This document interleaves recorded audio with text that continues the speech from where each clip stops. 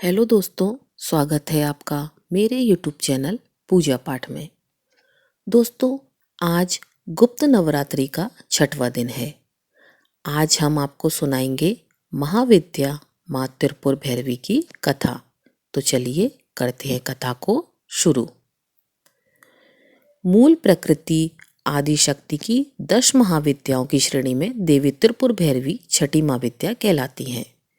शब्द त्रिपुर का अर्थ होता है त्रिलोक, अर्थात स्वर्ग, पृथ्वी तथा पाताल, और शब्द भैरवी का अर्थ होता है भय का विनाश। इसलिए देवी त्रिपुर भैरवी त्रिलोक में भय और पाप के विनाश हेतु स्थापित है।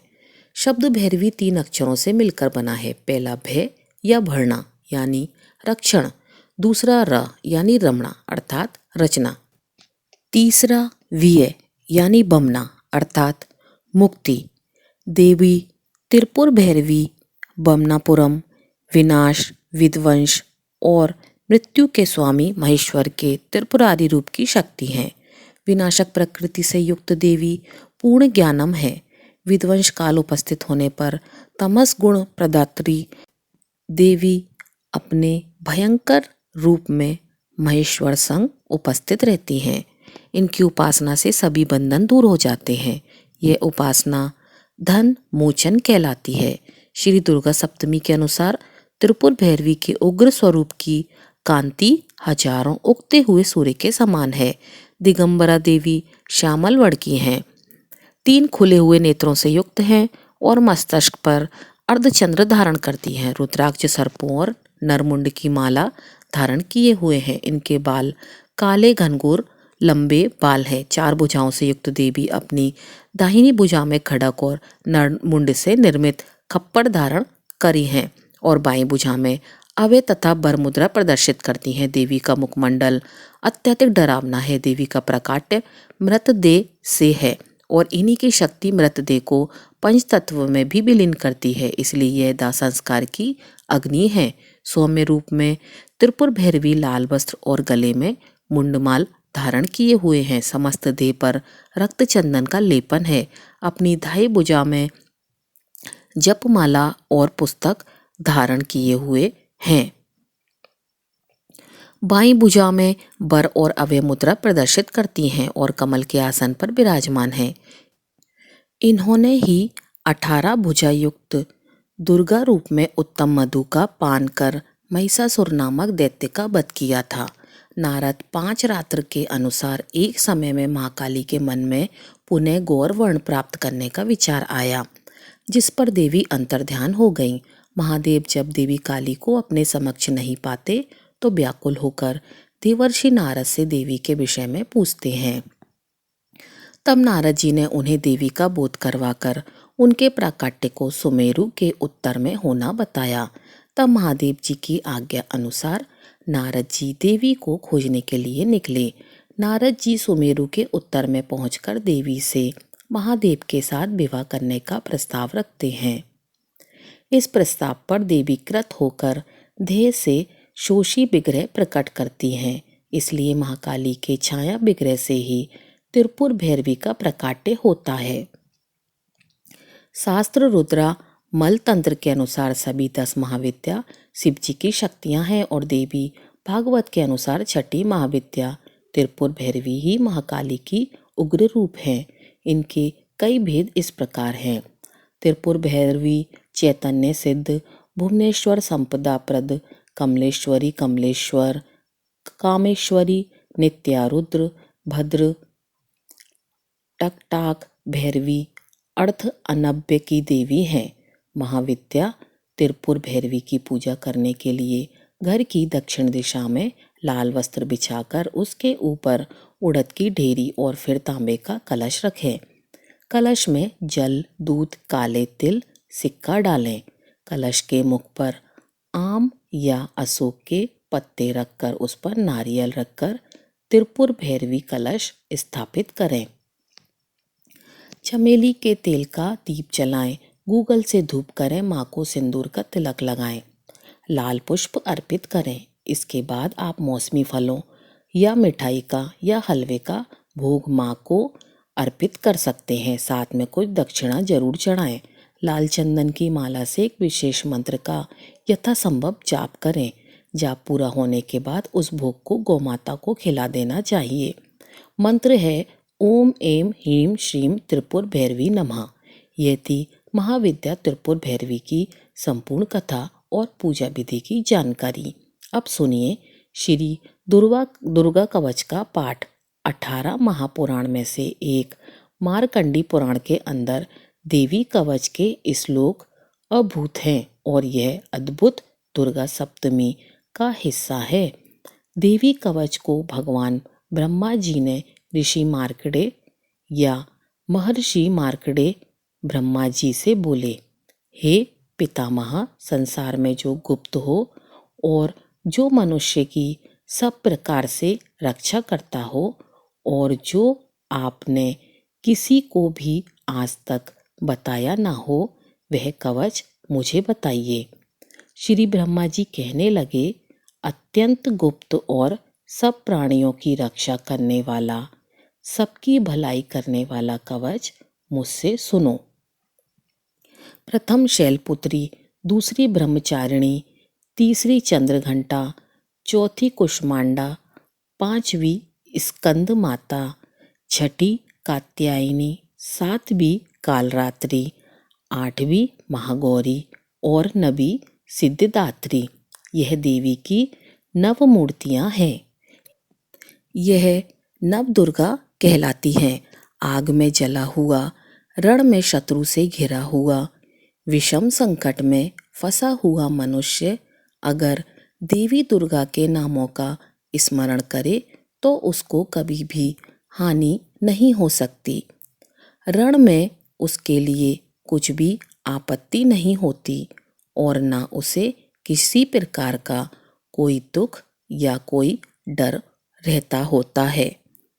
देवी जिसने श्रद्धापूर्वक तुम्हारा स्मरण किया है उसकी वृद्धि होती है और जो तुम्हारा चिंतन करते हैं उनकी तुम निसंदेह रक्षा करने वाली हो। चामुंडा प्रेत पर, वाराही भैंसे पर, रौद्री हाथी पर, वैष्णवी गरुड़ पर अपना आसन जमाती हैं।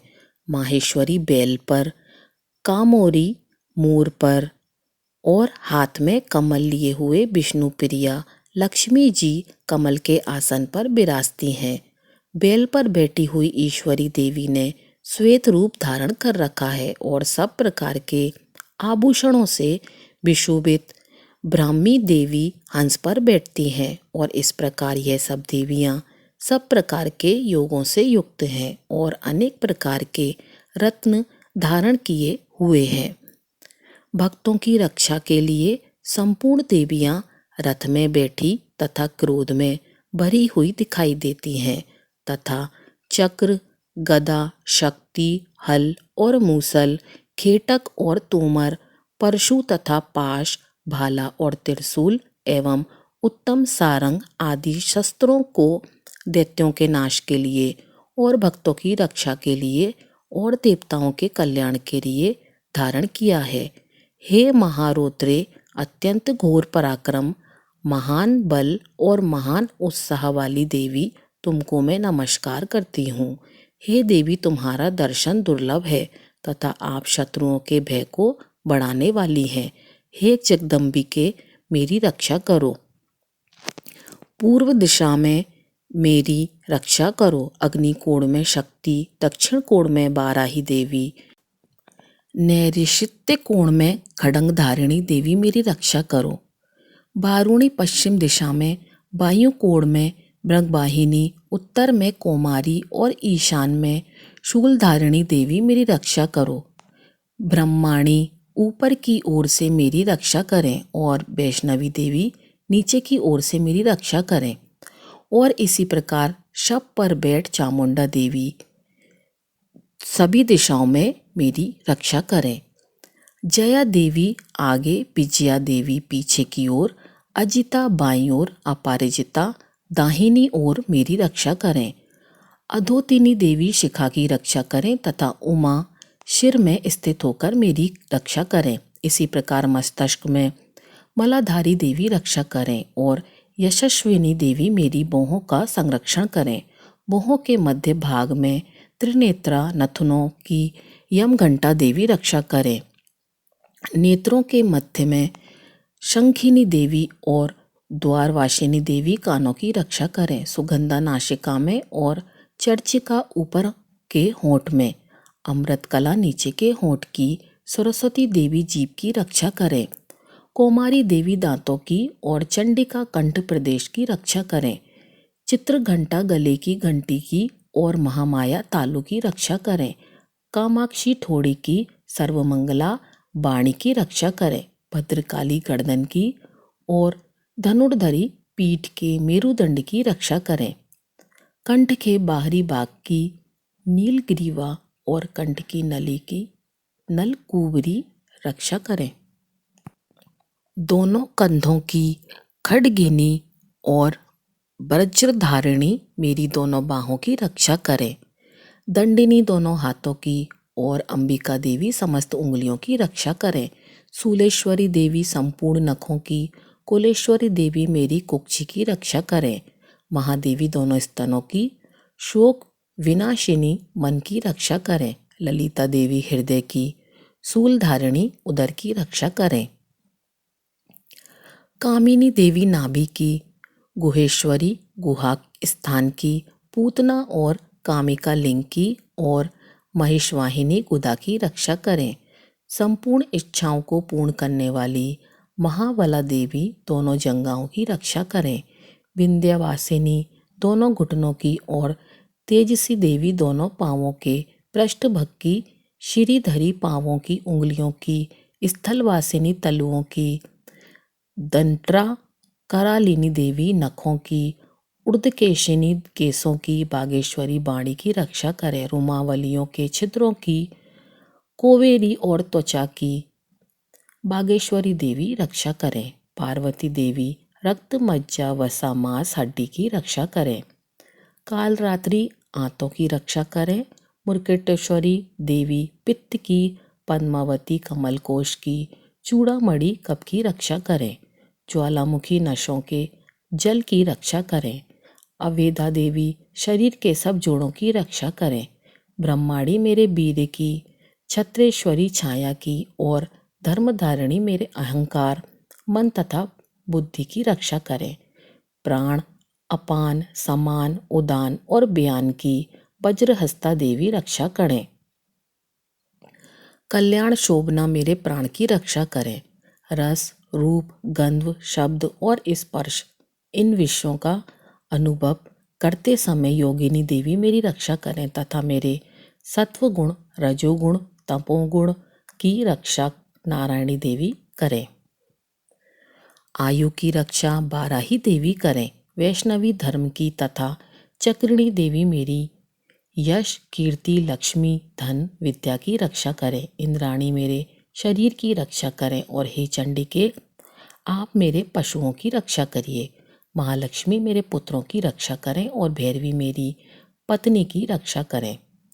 मेरे पति की सुप्ता तथा मार्ग की क्षमा करी देवी रक्षा करें।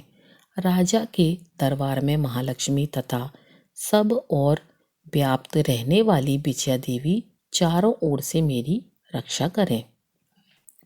जो स्थान रक्षा से रहित हो वह कवच में रह गया हो, उसकी पापों का नाश करने वाली जयंती देवी रक्षा करें।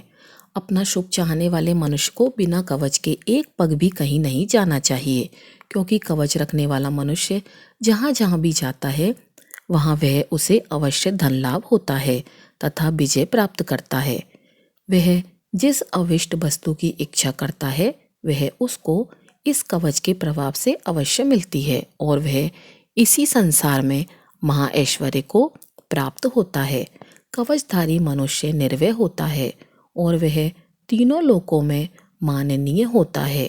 देवी का यह कवच देवताओं के लिए भी कठिन है।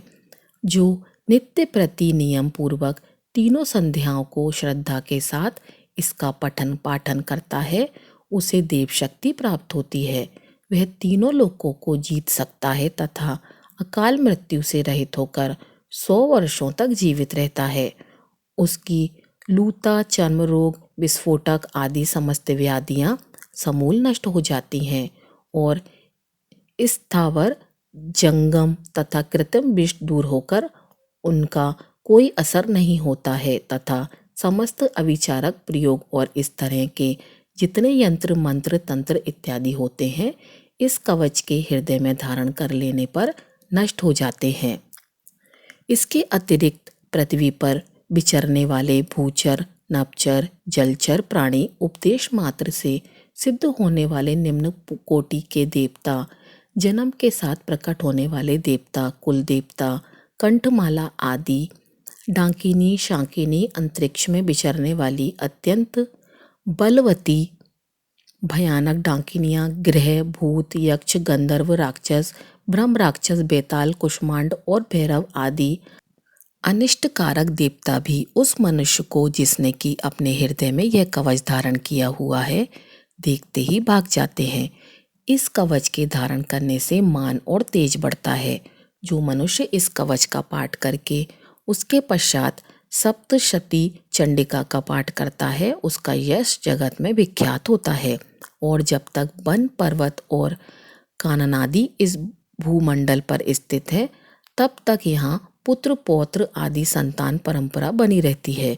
फिर देहांत होने पर मनुष्य परम पद को प्राप्त होता है जो देवताओं के लिए भी कठिन है और अंत में सुंदर रूप को धारण करके भगवान शंकर के साथ आनंद करता हुआ परम मोक्ष की प्राप्ति करता है। तो दोस्तों दुर्गा कवच पाठ समाप्त हुआ। प्रेम से बोलिए माँ दुर्गा की जय। बोलिए जय माता दी। अगर आपको वीडियो अच्छी लगी हो तो वीडियो को लाइक ज़रूर कीजिएगा और चैनल को सब्सक्राइब कीजिएगा। आपका दिन शुभ हो।